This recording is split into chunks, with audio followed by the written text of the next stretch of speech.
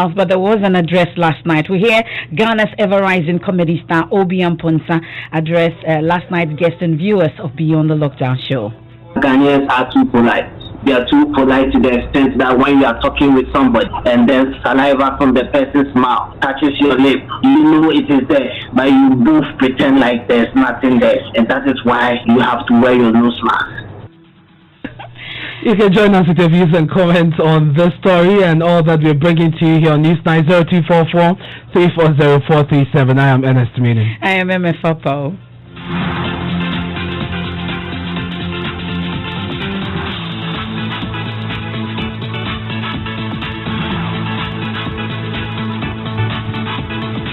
Now, a joint security operation near the Apawu border has led to the interception of 42 kilograms of substances believed to be cocaine, heroin, and other banned items. Commissioner of Customs, Colonel Kwejo Damwa, addressed the media earlier today.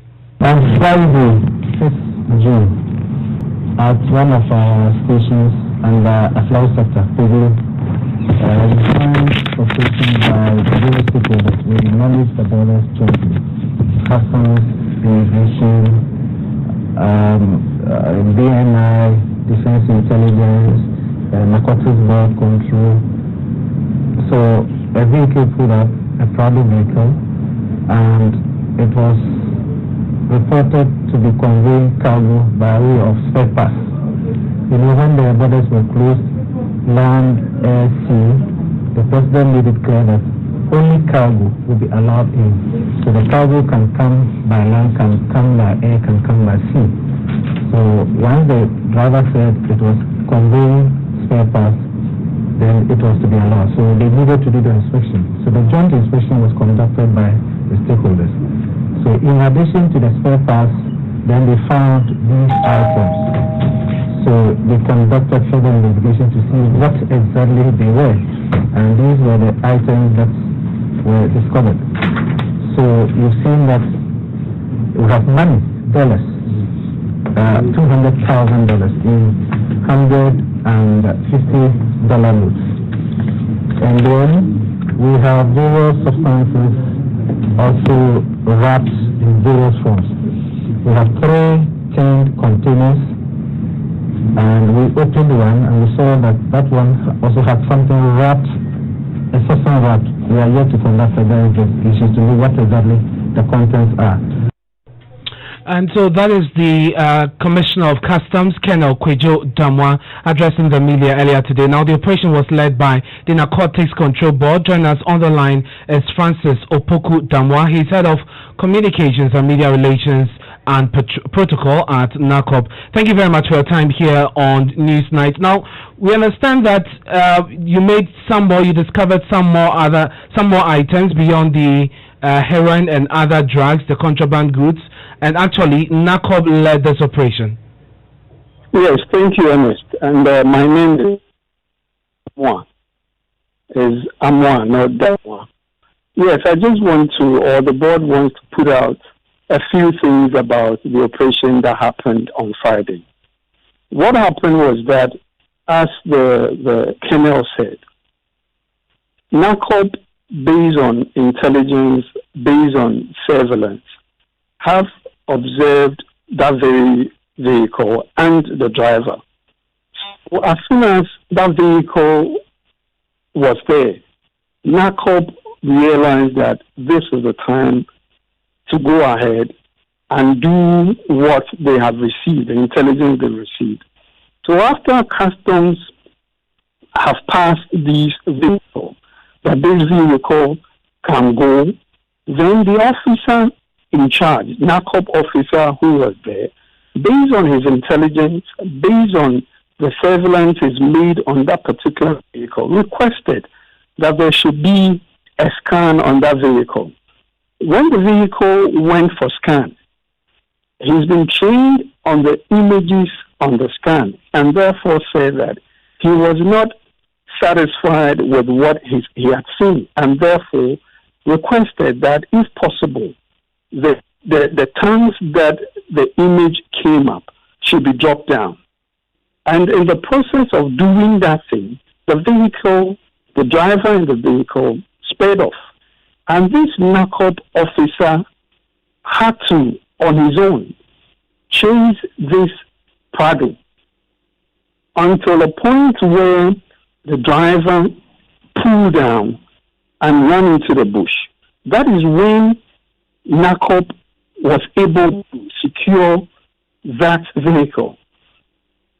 The officer made a call to his commander for reinforcement. Before his commander could come, customs were there, and customs took custody of the vehicle and the things in it. When they moved to Apawu and dropped the tank, we realized all the things that were stated, the things, the drugs, the suspected drugs that was in the tank.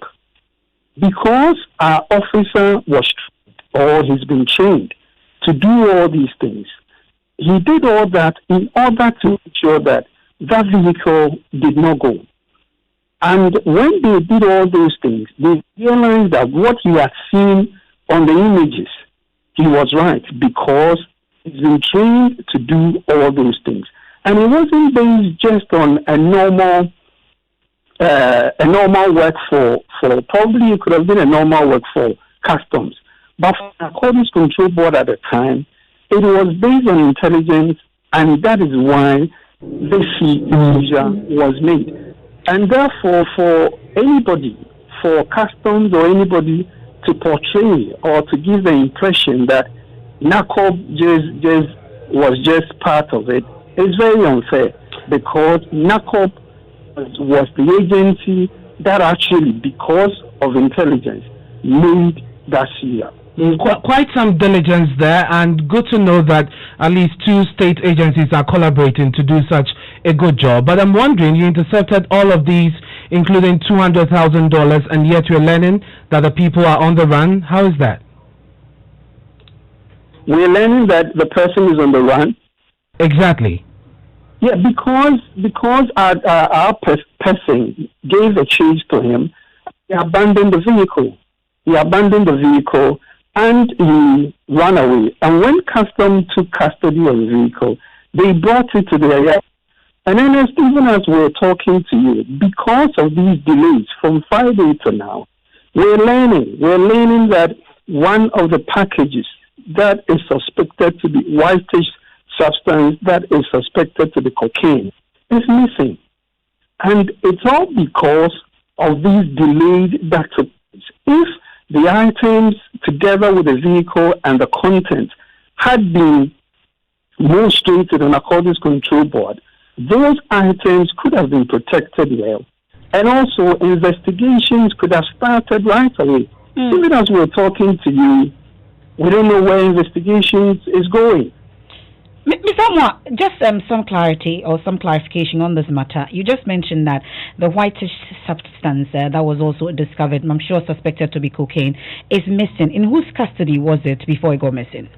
It has always been in the custody of the customs, because when our officer gave a chase to the vehicle, the guy abandoned the vehicle. He ran into the bush, and then customs came in and took custody of the vehicle. When they went to their their office and did everything, they took inventory of it.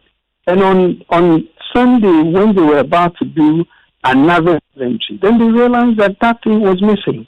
So when the thing was seized right from the beginning, it has been as a custody of customs. And we are saying that NACOP is charged and NACOP is clothed to do investigations as far as drugs are concerned. So we are wondering, and it baffles us, why customs should keep it since Friday, should keep it, and up till now. What is going to happen to it? Do we know how much it's worth, for instance, the kilograms, and how much exactly this substance is supposed to be worth? That is the investigations Emefa we needed to do, because as soon as that thing comes to us, and we'll be able to put all those things on it, then we'll be able to communicate rightly to the media at the right time. Because some of the things that we do, most of the things that we do, is based on timing. if you're unable to do your timing well, then what you do is that you give time to your suspects for them to run away. And therefore, it becomes very, very difficult to do any proper and successful investigations. Mr. Amu, I'm just wondering, is it standard practice that when NACOB confiscates any substance of that sort, suspected to be cocaine or any contraband goods, is it standard practice that you hand it over to an agency, for instance, like customs?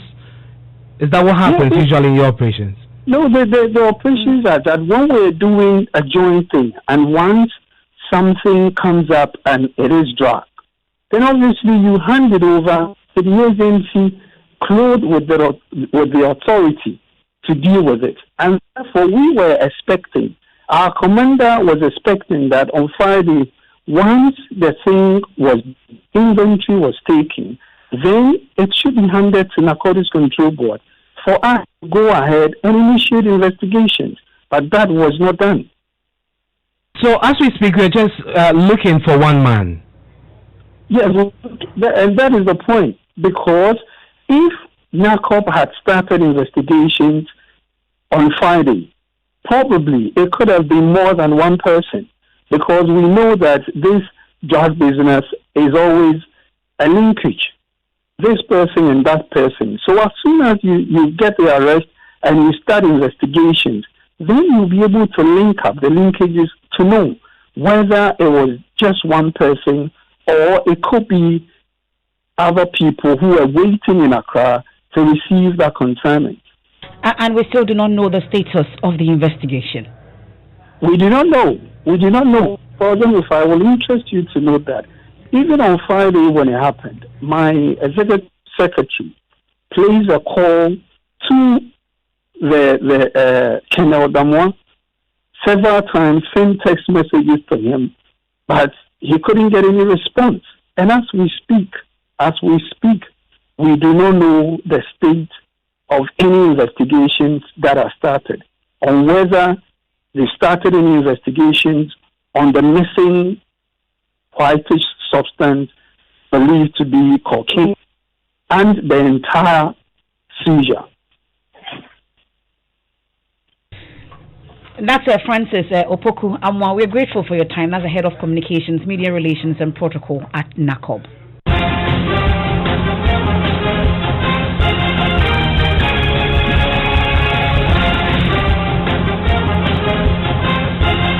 And of course, this is your election headquarters. The list is out and the stage is set. But for 65 parliamentary aspirants of the governing New Patriotic Party, it will simply be a walk in the park. And this is because the National Executive Committee of the party has cleared them to go unopposed. The development leaves people like the First Deputy Speaker of Parliament, Joe Sewusu, the Majority Leader, Osei Chairman Sabonsu, the Education Minister, Matthew Opoku Prempen, of course, his deputy, to they essentially have the peace of mind to concentrate on government business because their seat is safe. Well, the party at a news conference today outlined an elaborate plan to guide the conduct of the election. But first, let's walk you through the list as presented by the General Secretary of the NPP, John Boydu, today. My colleague Elton John Robe joins me in studio with more on this. So, Elton, apart from the names we mentioned, who else made it to the unopposed list? So we have 65. We have 65, just like you mentioned. And if you want to go through the list, Patricia Piaget, the Deputy Local Government Minister, is going unopposed in the Asokwa constituency. For Achumon Ponua, the current Member of Parliament, who's also the Minister for Youth and Sport, is also going unopposed. Joseph Osei-Wusu, the First Deputy Speaker of Parliament. Kwabri East, Francisca Otin-Mensah, and this is an issue that's already generated some controversy in the constituency where some people have had to now invoke cases on the lock down the constituency office, ban ties and all of that. Yeah. Absolutely. So if you go to Brekum, for example, the Deputy Minister for Railway is also going unopposed, Kwaku Ajiman Boateng. On the other side, his counterpart, who is the chairman of the Health Committee, is facing competition from 4 other people. And then the list goes on and on. Kennedy Ohene Japan for Ascent Central. We have people like Awutu Senya East, maybe Sawa Kumsen, Alexander Fenyamarken for a Futu going, also going unopposed, Brand Champon for Abetifi Samola Tachina for Boako South, Atiwa East, Abena Osea, who is also the deputy finance minister. On the other side of Atiwa is Atiwa West, Koku Amakwata, the rules minister, Daniel Boche for Okre, of Western Yebi Kojo, upon Kuma going unopposed, Ablikuma West, Esla Owusu, Bernardo Kuboy, Okankwe Central Patrick Yabu. And Bernardo Kuboy is quite interesting for me because if you know the politics at Teshi, usually the primaries very competitive, and since '92 there's not been a single MP who has served 2 terms. Right. Not a single one. So it comes as a... It's interesting, but for him, it is not cast in stone. I mean, clearly he has to contest for the seat for his re-election. The defense minister is also going on a post, Nitiwu, marching him down. The deputy minority whip is also going on a post. Joseph Penka Diouf, the deputy attorney general, Jogate, minister for railway, and then Ambuzeri. The list 65 in all. So in some, this is what you get. But on the other side, there are those who are going to face stiff competition, including Katie Hamon. Unfortunately, he wanted to go unopposed. It didn't happen for him. But in summary, we have 302 candidates contesting 101 constituencies across the country.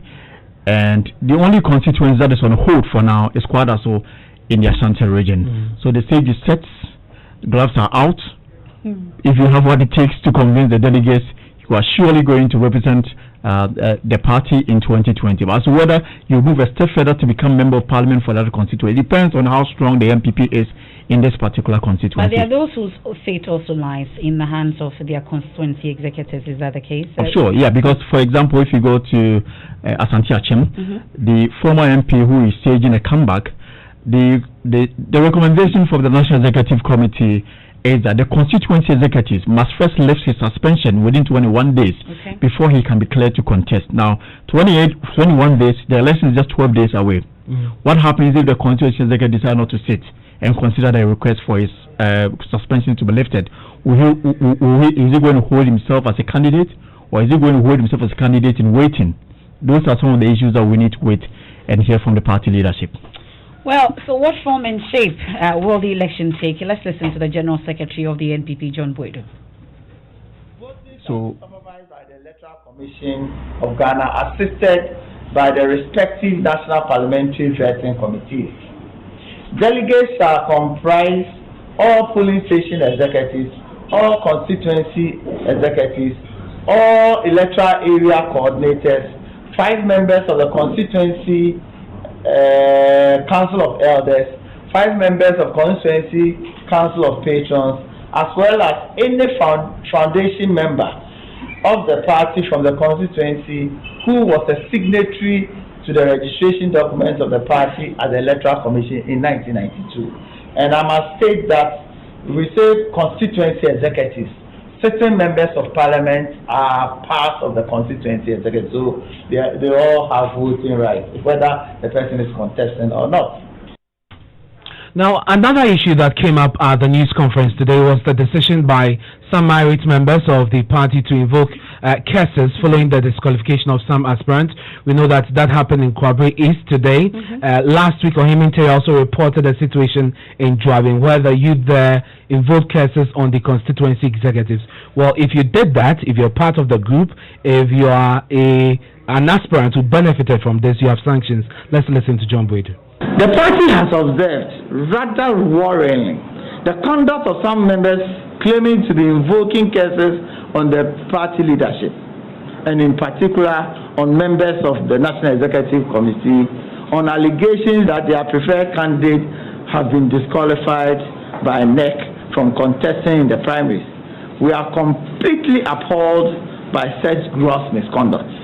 Accordingly, the party is instructing the respective constituencies or constituency executives in the constituencies where these unfortunate incidents happened to immediately suspend all those involved in this awkward behavior whilst instituting appropriate disciplinary actions against them. So that's the General Secretary of the NPP, John Boedu. But the group led by Bismarck Ejapong is unperturbed. Now, what has caused all these things? That's what one should ask. And is it only about Kwabre? The second question one should ask. And if it is not only about Kwabre, then why now? We are now seen to be a rebel group within our neighborhood. But that's not the case. Because once we believe in the principle of the rule of law and the people majority representative, I think MPP as a party is now swerving away from those principles, which has caused many youth of my life to descend heavily on party leadership. Now, as a one person or as a group, we cannot battle the bigger party. And I believe the bigger party will also call us to hear our side of the story. And so that's the leader of the group, Emefa. They are not worried about the decision made by the party, the National Executive Committee. Now, we spoke to the Member of Parliament for the area, Francisca Ortin-Mensah. She says she's very much qualified and she's, of course, excited that she's going unopposed. But she thinks that she's qualified. She could have beaten anybody on any day. The disqualified aspirant, however, that's lawyer Osei Poku, is blaming the NPP leadership for sacrificing the future of the party on what he calls the altar of feminist consideration. Listen. Constituency, we reward hard-working people who have sacrificed for the party. And Babri is after who? About 20 years, 25 years. So if you are saying to do that, you should go unopposed. Then, God knows when an avenue will be open to them. With me, I cannot say I'm going to remain in politics for that long. But what about those who have supported the party all this while? And let me make this point. At the time she was contesting, with all the requirements of the party, with the greatest respect, she never qualified for what? She has never voted at the area. He has never contributed to the party's cause. He has never participated in social, political, and whatever events. But she found herself in. So if, for whatever means, he was able to get the seat, why do you now cut off some of us who contested her and she won? It's absurd. She won. The people voted for her. They wanted her to be representing them. Yes, they did. So. That's lawyer Osei Poku there speaking to my colleague Gifty and Apia on the pulse a while ago. But we've been joined on the phone by the national organizer of the NPP, Mr. Samioku. We're grateful for your time here on Newsnight. So looking at the list, up to 65 persons going unopposed. We've heard about the agitations across the country. We'll be talking about it. But why 65? Is it just to protect or clear your members of parliament? What exactly is the reason? Well, good evening, Emefa, and good evening to your cherished listeners.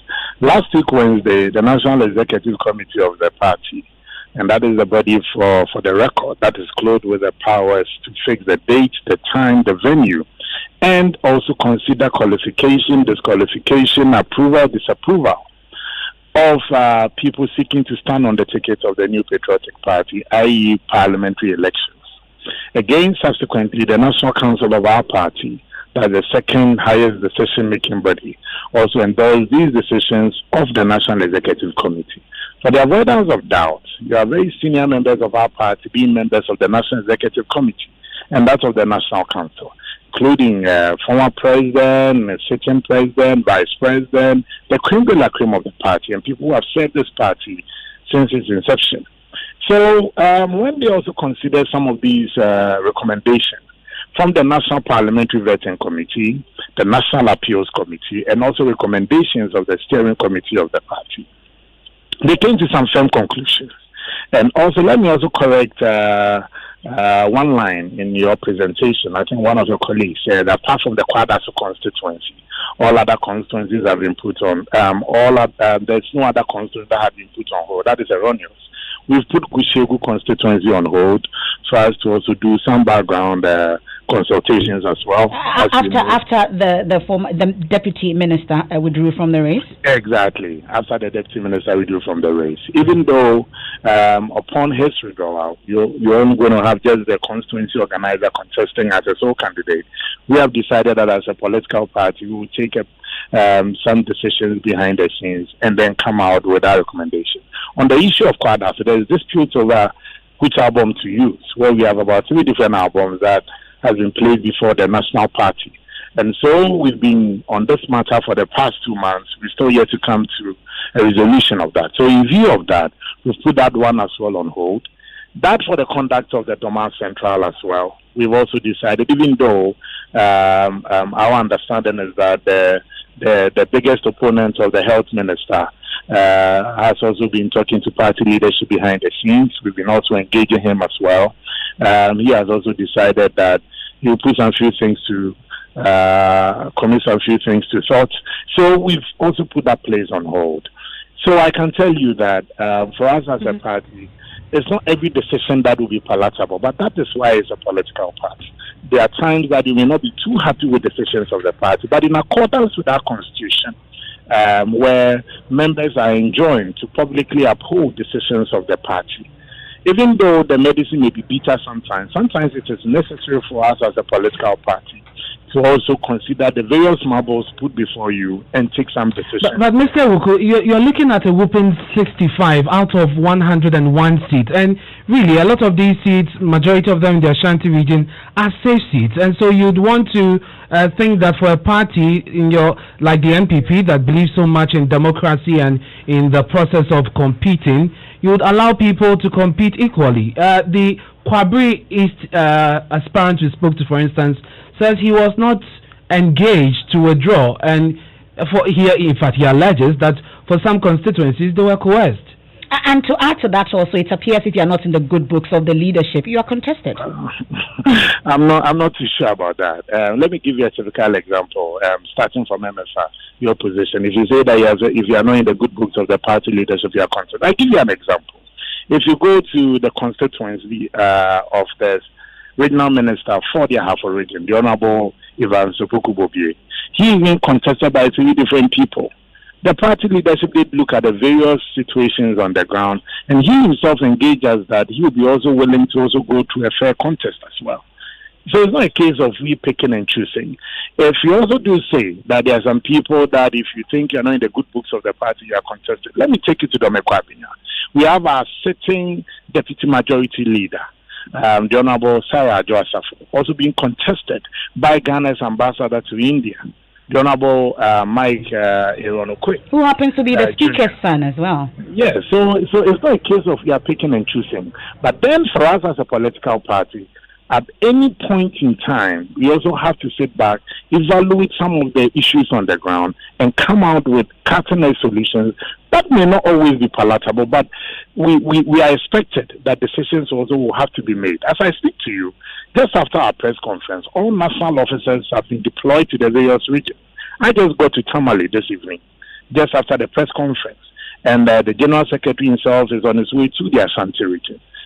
You have our first vice chair and the rest of the team heading towards the central, western, and also in charge of Greater Accra. You have another team led by the youth leader and a couple of other executives heading towards the UT Volta and the eastern region. So we know that time is not on our side, but we are also determined that in spite of the circumstances that we find ourselves in, we also engage party executives, party members in all the constituencies that we will also be having these primaries in. And we also expect that if you are not too happy with decisions, you also have some appellate structures that you can also go through. The party also took a very serious position on the pension of some people at the least provocation, resorting to curses and invoking curses on party leadership.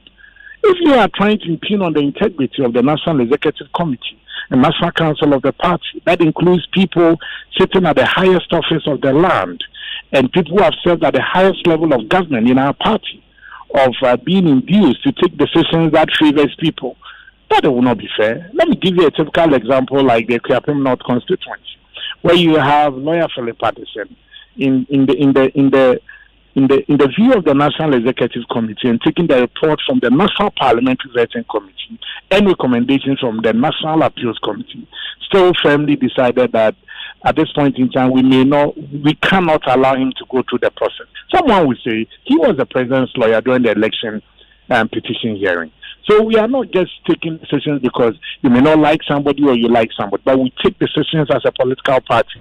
That was also the supreme interest of the party, looking at the calculations on the ground. But Mr. Uko, I'm wondering why the National Executive Committee will leave the fate of some of these aspirants in the hands of the constituency executives. When you have an appellate system or structure, for instance, in the case of Kojoba Ajiman, I think in the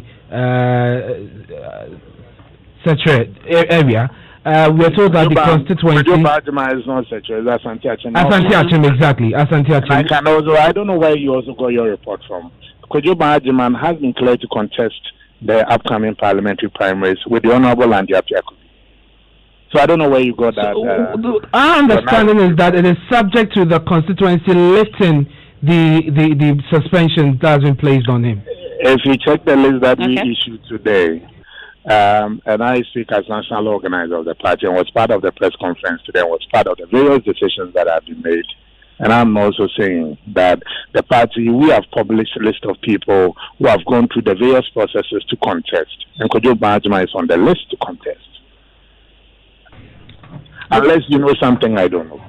Well, we're grateful for your time, Mr. Samuel. We'll leave it here for now, and we'll deal with this matter another time. We're grateful. That's the national organizer of the NPP, Mr. Sami Ewuku there. You're still listening to Newsnight here on Joy 99.7 FM. Still to come, virologist at the KCCR calls for the use of some force to ensure compliance with COVID-19 safety protocols, and many Ghanaians disregard the protocols, including the wearing of face masks. And our cases have just gone up. We'll give you details of that and more also later on Flip Side.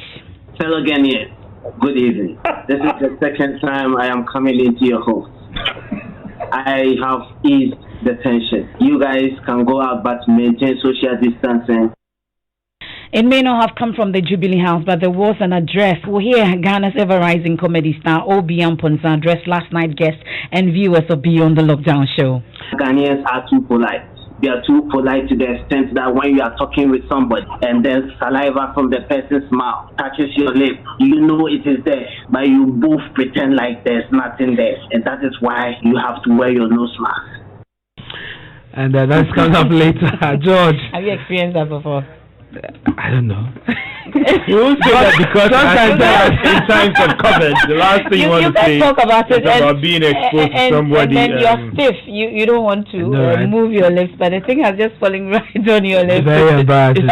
Another embarrassing thing sometimes is being exposed to someone with a bad breath sometimes. Terrible. Hey, and the other one, how you should communicate to that person. You know what someone in the office said? The face mask is showing us our own level. Yeah, so sometimes it's difficult, you know. A taste of your own medicine. What's in business, George? Well, what's in business? Then if you're talking here, and the telecom analyst Fuad Chilabi is questioning the timing of moves to address these market share imbalances in the telecoms market. The National Communications Authority describing it as a disincentive to investor attraction, and a banking consultant is pushing for huge fines against banks cited in the recent market conduct breaches.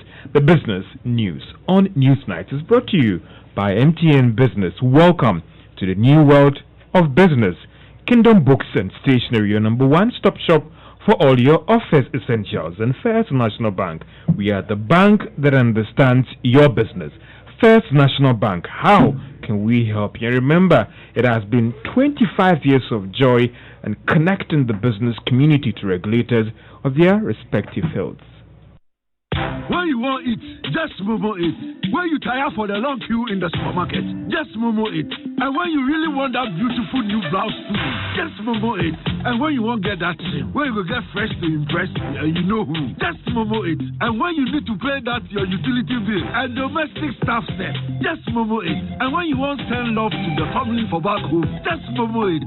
So many ways there. When you go use your MTN Momo wallet, make payments with scan to pay. Where you go use the QR code, or you go fit use the merchant ID, or on bank POS terminal. You go fit also transfer money between mobile money wallet and bank account, all on MTN Momo. Enjoy real convenience in all your financial transactions and live life the brighter way with MTN Momo. We are good together. Just Momo it. We're there for you everywhere you go.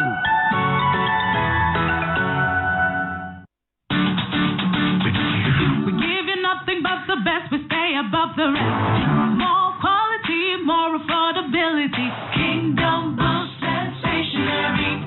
We do. Everybody's going to the one and only shop where customer satisfaction is a guarantee. Kingdom Boost and Stationery. Oh yes, with our 30 days credit facility with no interest charge, free delivery services, and our free consultation on setting up your office, Kingdom Books and Stationery is unmatched in our delivery of quality and affordable office essentials, equipment, and furniture. Experience world-class customer service in all our branches in Accra, Tema, Kumasi, Cape Coast, and Takoradi. Call us on 0302-764-101 or visit our website at www.kingdomgh.com. Kingdom Books and Stationery, your number one-stop shop for all office essentials and stationery.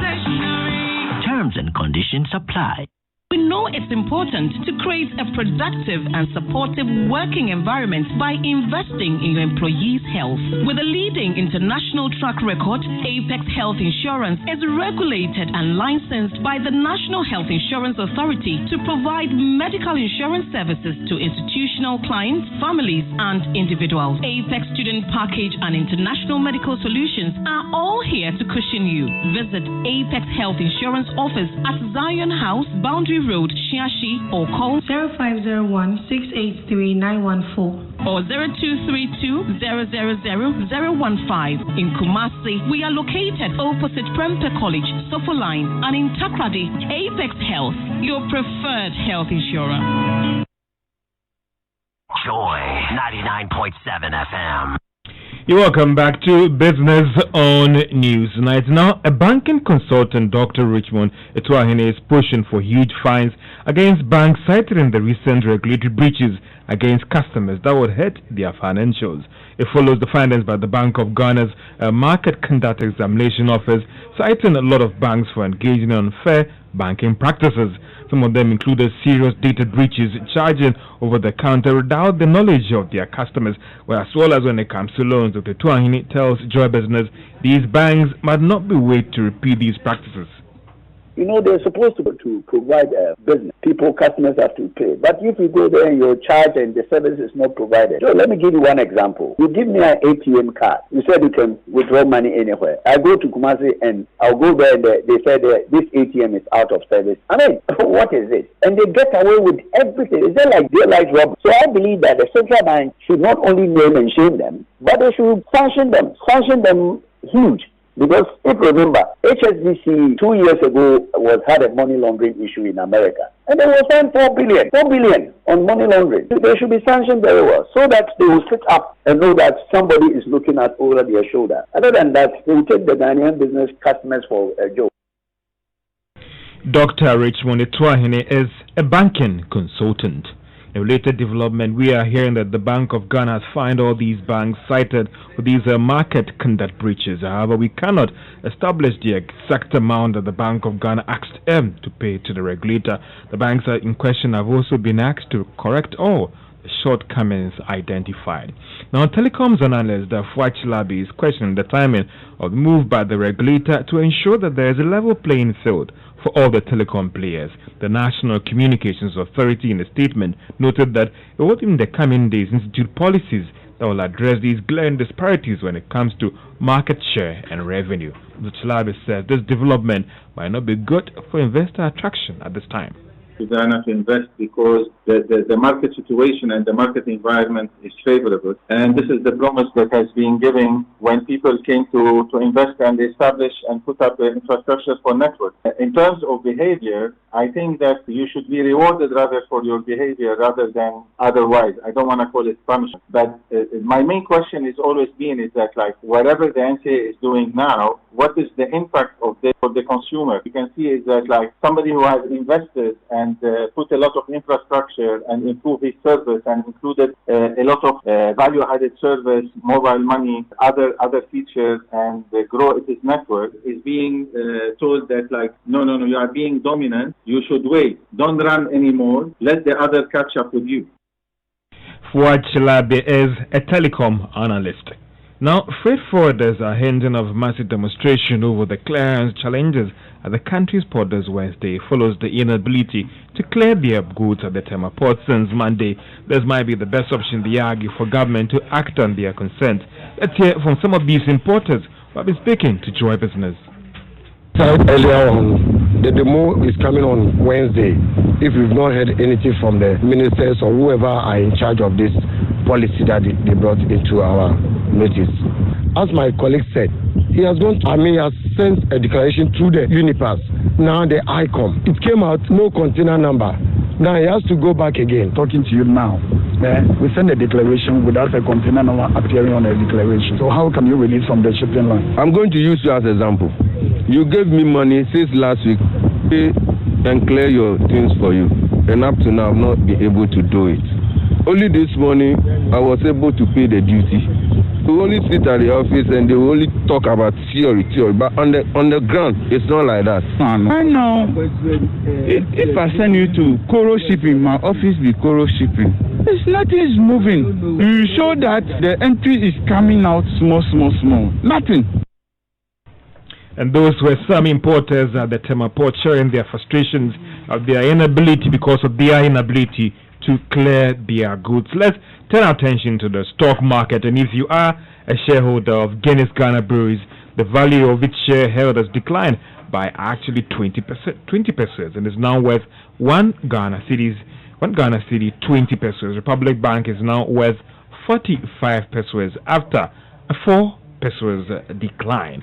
And that's all for business on News Night. Hello. Why you bed? It's 5 a.m. Of course I bed. Lockdown. Guy, some series that they watch for Netflix. Too much. You woke up to comment. Which can't wake up? I've been watching from last night too.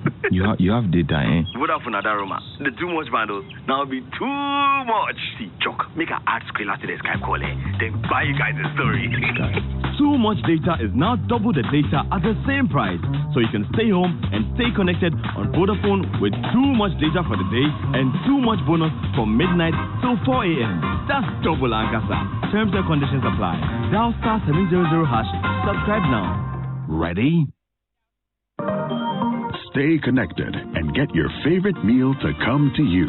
Shop online for your household items. Take in the latest movies surrounded by the family from your favorite spot on the couch. Or do your weekly grocery shopping online while planning the family's favorite meal. Stay home and make every moment special with MasterCard at mea.mastercard.com/stay connected. The easy, safe, secure way to pay online. Thanks for staying with us here on Newsnight, Ernest.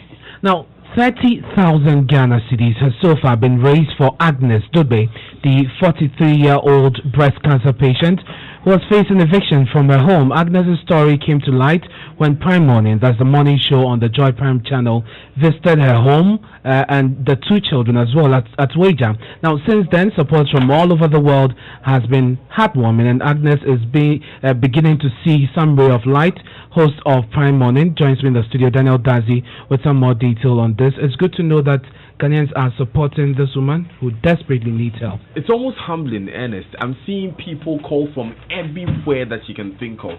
And the best part is you get people call and say, I just want to be a part of this story, so I just have 10 CDs. Someone say, I just have 5 CDs. Look, I had an 11-year-old girl force her mother to call me, and she says that my daughter wants to donate 5 Ghana cedis, Ernest. It's been a humbling experience. If you think about how Agnes' story came to us because her own family abandoned her, and in the midst of all of this, the entire world identifies with her and says, you are one of us. It shows that there's hope in humanity after all. Tell us about the treatment process. We made contact with the hospital, Kolebu, I think. Yes, get her. Thankfully, she's finally begun her treatment process. It begins with a lab test. We are waiting on the results. Okay. We are sure that by morning we'll know exactly what is wrong, because the worst part of this entire story, Ernest, was that we didn't even know at which stage Agnes's disease Even though it was. appeared she was in so much pain. It was obvious she couldn't even sit up, Ernest. So we didn't know which stage she was in. We didn't know how serious the disease had become. We didn't even know how many months she had left, if that was the case, really. So by tomorrow, we'll have all those details, and then palliative treatment can begin, and then hopefully we'll be on the road to recovery. Is the landlord listening now? We asked the landlord to give us 1 more week, as we said. Thankfully, we've started looking for other places for Agnes to live in, and like we said, we raised about 30,000 cedis so far. Actually, it was 30,000 cedis at midday. It's gone up to about 40,000 now. Oh, fantastic! Yes, and the support is coming in thick and fast. We are so grateful, but it's far from over, because if you look at the entire gamut of things that we have to do, of course, we've seen some people make some bold gestures.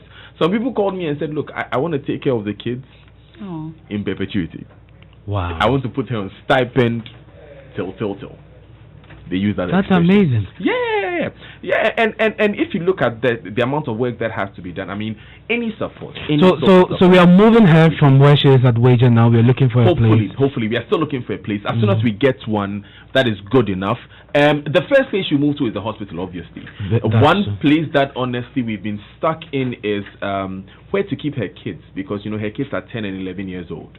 So we wouldn't know where to put them for now. But as soon as we get a place that we know they'll be safe, we'll keep them there, and then we can move on. We know that also someone has gotten her a mattress. Actually, on Saturday, my producer went to cook her lunch, so she now has a stove. She now has gas. Great job, guys. You've done so well. Ghana, really. But I'm sure that there are people listening who still want to support Daniel. How do they do that? Yeah, just go on our social media platforms. The information is there. Of course, it's become much bigger than initially we thought it would. So we've had to put some structuring in terms of bank details and everything. We're working all of that out. We'll put that out as soon as possible. But immediately, look, just say a prayer for Agnes. Thank you so much. I just want to thank everyone on behalf of Agnes. She was nearly moved to tears when she heard it. And even the spokesperson for the former president, John Dramani Mahama, Joyce Bao Mokhtari, she was very moved this morning when she joined us on Prime Morning, and she mentioned how the former president may be interested actually in offering a helping hand. So we are very, very grateful, and all the support you give is appreciated. Thank you very much, Daniel, and God bless you guys for this that you've done for Agnes. And to everyone who has supported us as well. And you remember Matilda Agamo also, the COVID-19 pregnant patient that has recovered. We know that she just put to bed. My colleague Albert Sori has more in this report. Matilda was left almost alone and unable to trade as a result of the verbal abuse from some of her colleague traders. But today, 2 weeks after Matilda delivered her baby, she and her family are happier. Ever since Mr. Albert Sori came to my house, things started turning around for our good. Later on, Mr. Kujo Yansen also came with Honorable Isaac Adongo. Matilda adds, since Joy News first reported about her plight, she has received donations in cash and kind. Matilda tells Joy News the arrival of her baby had exceeded her expected delivery period, and so she eventually had to undergo a cesarean section to deliver. But nothing about her previous COVID-19 status was ever mentioned by the doctor. She's healthy, she eats a lot. I can say I'm the most happiest woman in the world. Matilda Agamu and her husband say the stigmatization against them has generally reduced since the first time they shared their story. And some good news also there. Stigma is a big challenge as far as COVID-19 is concerned. So once you're making progress, then we know that we're making headway. And it's now time for sports, and Benedict is here with the latest. Hello. Hi, how are you? I'm good. What's up in sports? Well, as leagues begin to resume across parts of the world, Syria are also looking to resume on the 20th of this month. Now, teams have started group contact training, and Emmanuel Ajmambedu, who plays for Hellas Verona, says it's not been easy training after being home for over 2 months. It's been very difficult. After 2.5 months at home with this hot weather, it's very difficult for us. But this is our job.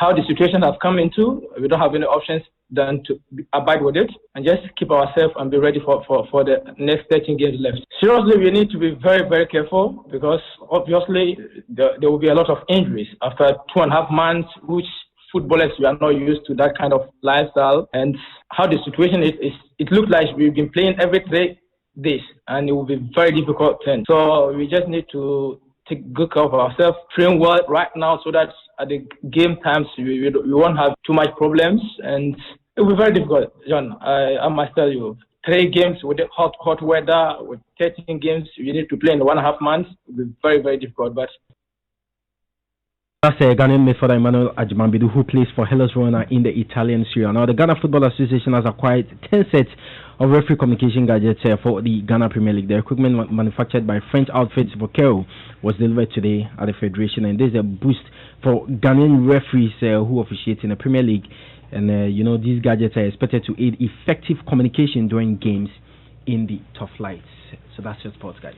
Thank you, Benedict, for sports. Now, virologist at the Kumasi Center for Collaborative Research, Dr. Augustina Silverkin, says government must consider the use of some force to ensure compliance with COVID-19 safety protocols. Now, a drive-through Accra shows many people are without face masks. Ghana's COVID-19 case is inching close to the 10,000 mark, and Emefa, you have some updates. So the figure now stands at 9,910. We have 6,217 active cases. The recoveries, we have 3,645, and then we have 48 deaths. That's where we stand. So the death toll has gone up, now 48. So my colleague Nancy Emefa Dradosi has been engaging some Ghanaians who have refused to wear the face masks, and they tell us why in the following report. Since Ghana recorded its first 2 cases of COVID-19, and already our figures are hitting nearly 10,000. Many have questioned why our figures are rising astronomically when we are constantly being reminded to observe the COVID-19 protocols.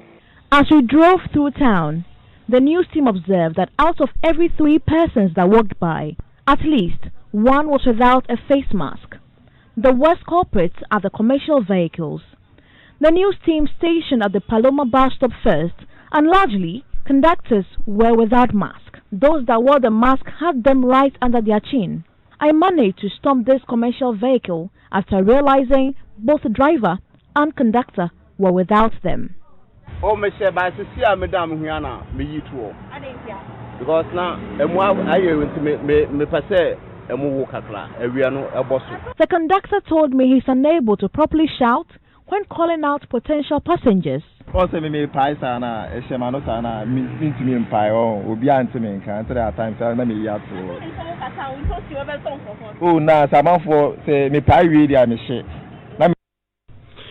can now hear from virologist at the KCCR, Dr. Augustina Silverkin, who says a bit of force, when applied, will ensure that people comply. These are just confirmed cases, but what baffles me, and I'm startled by the number of routine surveillance, the positive cases. So it's as if we are seeing 681 good cases within 6 days. And I think we all need to be alarmed, not just being alarmed, but of course making sure that we are educating our people, where we are engaging them. I mean, who knows, maybe we may even want to apply a bit of gentle force, so that we put a bit of fear into our people, we alert people, we caution people, we make sure that people are really adhering to all the safety or the mitigation measures. That's Dr. Silverkin, a virologist at the KCCR. Now, media managers and experts are advocating for the industry to be prioritized in the stimulus package announced by government for businesses adversely affected by the coronavirus pandemic. Now, Joy News editor Alba Kumsin has been speaking to some in the industry who are making a strong case for the media to be supported in our latest hotline documentary titled The Media, a Virus and Survival. Here are excerpts. You have either Yezi saying that, this particular brand says that most of their staff are working from home. They don't see why we should come to the office, so we are cutting spending by some 60%, 40%. That affects you because you have salaries to pay. Yes, it's been tougher. It's been tougher because now most companies who had put in X amount for advertising would not advertise. Media experts such as Dean of the University of Ghana School of Information and Communication Studies, Professor Audrey Gajipo, believe government must prioritize the media in its bid to support all enterprises that have been distressed by COVID. Of course, that's only fair because government is trying to support all enterprises that have been distressed by COVID, and the media business is one of them. And so yes, government has an obligation to do that. Although the idea of government financially supporting media organizations is generally accepted by all in the industry, opinions are divided on the manner in which the support ought to be given. City's Bernard Avle doesn't think a capital injection is what media houses require at this time. So my point was, instead of media asking for a bailout, as in give us 1 million to share, tell multimedia, I'm going to give you a 6-month reprieve on your, we call them your statutories, your PAYE, your VAT and all these things. And so the full documentary airs tonight on the Joy News channel. That's at 8:30 p.m. You want to catch that documentary by Arba Kumsin. And on flip side, tonight, Ernest, before that though, let me talk about, that's my opinion with Nanan Sakwal. He's talking about thriving industry of witchcraft. What a topic, and it's coming up right after news night. And last night on Beyond the Lockdown, yes, it was the show. Creative Art Edition. Yeah, and OBM Ponsa together with Stoneboy, Manifest, Trigmatic, Teresa Ayoade, David Donto, and of course Priye. They were fantastic show, I must say. Thank you, Ernest. Together with the team. So we had the fellow Ghanaians edition. Yes, because Ghanaians missed that. Of course. And so OB decided to give us that. We leave you with that. That's it for news.